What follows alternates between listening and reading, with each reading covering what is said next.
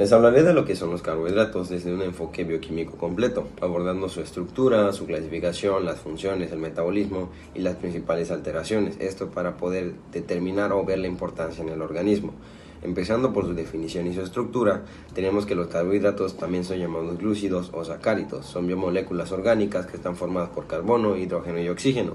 Químicamente se definen como polihidroxialdehídos o polihidroxicetonas, lo que significa que tienen múltiples grupos hidroxilo y un grupo carbonilo, responsable de su reactividad. Pueden presentarse en forma lineal o que es más reactiva, o en forma cíclica, que es lo más estable en métodos biológicos o medios biológicos. Esta estructura les permite ser altamente solubles, formar puentes de hidrógeno y participar en múltiples reacciones metabólicas. Continuando con sus propiedades y funciones, tenemos que gracias a su estructura los carbohidratos tienen propiedades importantes como su polaridad, su capacidad reductora y su alta reactividad química. En cuanto a sus funciones, las principales, que es la energética, ya que es la glucosa la que da esta fuente inmediata de ATP en las células mediante diferentes ciclos. También tiene funciones de reserva energética, almacenarse como glucógeno en animales y almidón en plantas. Además, cumple con funciones estructurales como la celulosa en plantas o la quitinina en artrópodos. Y participan en el reconocimiento celular formando parte de glucoproteínas y glucolípidos, como en los grupos sanguíneos. Con una clasificación de esto que son los monosacáridos pues sabemos que son la unidad más simple de lo que son los carbohidratos y no pueden hidrolizarse en porciones más pequeñas. Se clasifican en aldosas y cetosas según su grupo funcional y también según su número de carbonos, como triosas, pentosas y hexosas. Ejemplos claves de estos son la glucosa, que es la principal fuente de energía, la fructosa, presente en lo que son en las frutas, la galactosa, que es parte de la lactosa, y la ribosa, que son componentes del ADN y ARN. Su estructura tridimensional, pues especialmente es estereoquímica, y el carbono anomérico, que determina su función y su reconocimiento enzimático. Los polisacáridos son polímeros formados por muchos monosacáridos.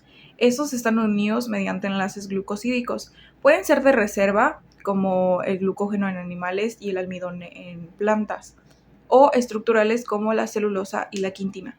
La diferencia entre enlaces alfa y beta es clave, ya que los enlaces alfa permiten almacenamiento y fácil degradación, mientras que los beta forman estructuras rígidas difíciles de romper.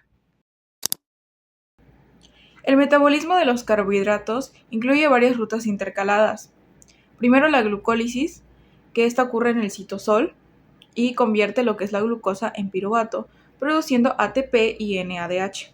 Luego, en condiciones aeróbicas, el piruvato entra al ciclo de Krebs en la mitocondria, donde se generan más equivalentes energéticos como lo es la NADH y la FADH.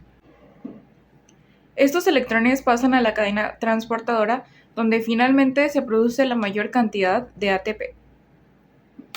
También existe el metabolismo del glucógeno, donde la glucosa se almacena mediante glucogénesis o se libera mediante glucogenólisis, regulado por hormonas como la insulina y glucagón.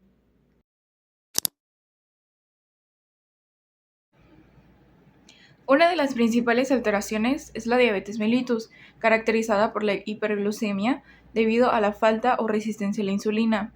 Esto afecta a múltiples rutas metabólicas. Esto provoca síntomas como la poliuria, la polidipsia y la polifagia, al igual que la pérdida de peso.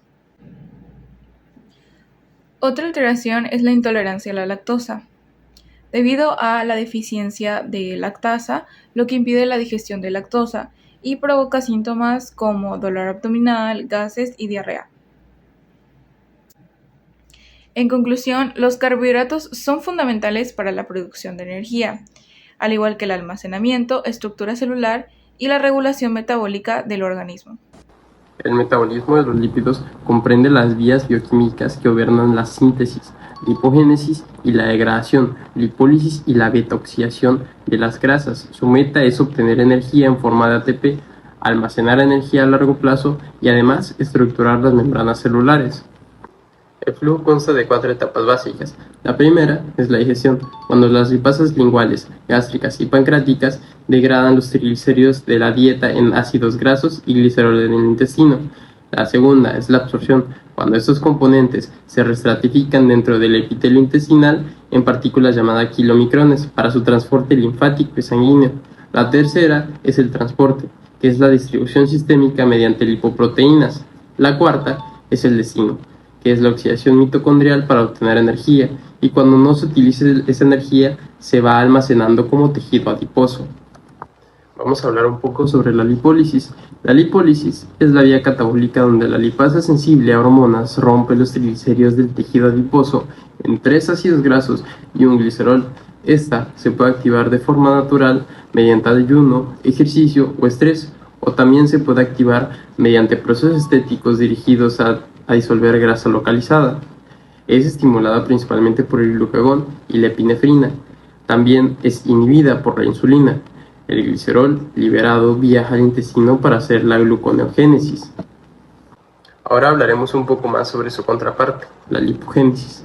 La lipogénesis es la vía anabólica y anaeróbica que sintetiza grasas a partir de un exceso de carbohidratos, proteínas o alcohol. Ocurre en el citoplasma del hígado y del tejido adiposo, cuando las reservas del glucógeno están llenas.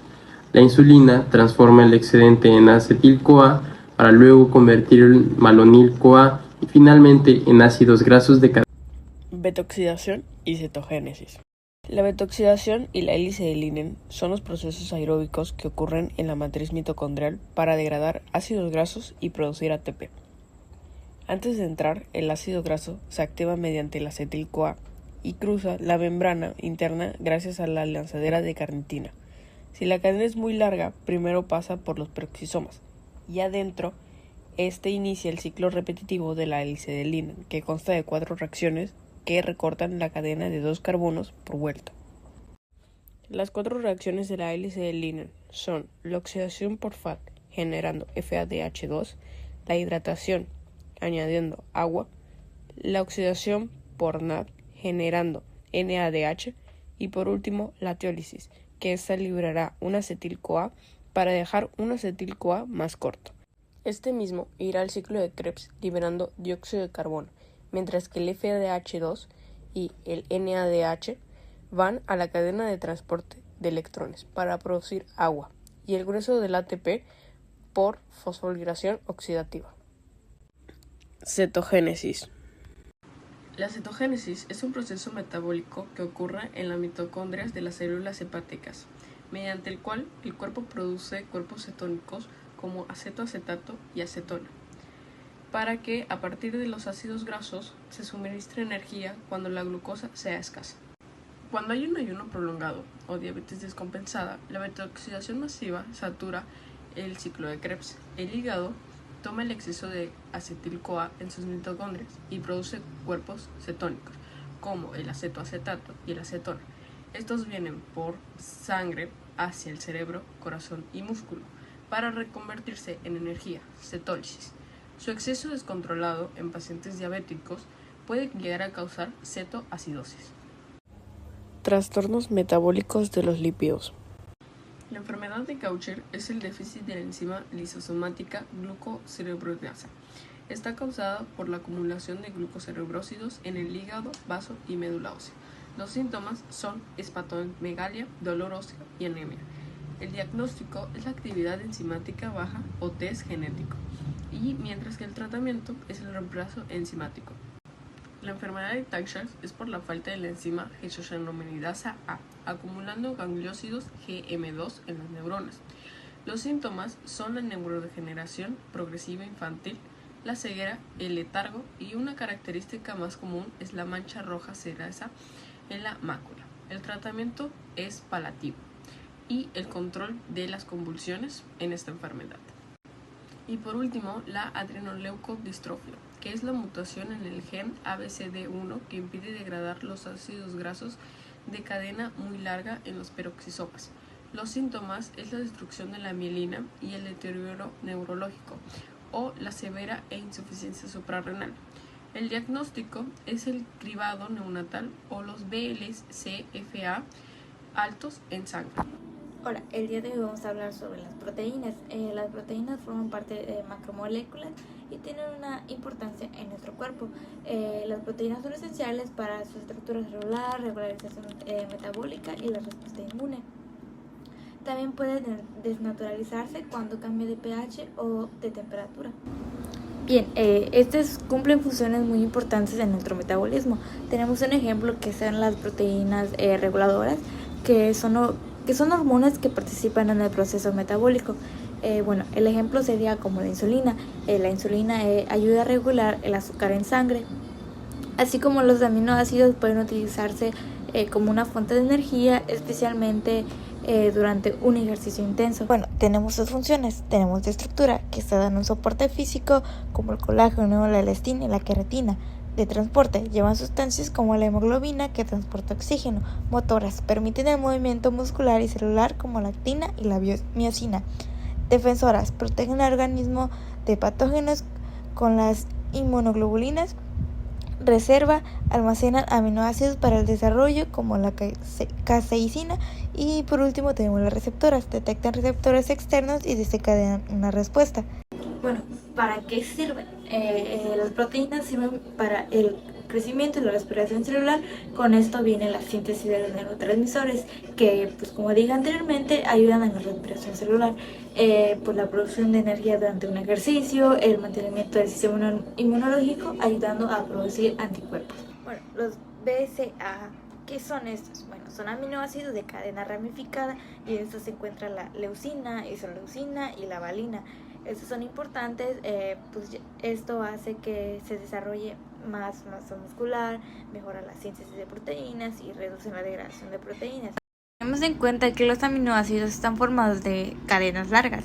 Existen 20 en total, de las cuales 9 son esenciales, lo que significa que el cuerpo no puede producirlos y deben obtenerse de la dieta. Los esenciales que produce el cuerpo son la histidina, isoleucina, leucina, lisina, metionina, fenilalanina, treonina, triptófano y valina.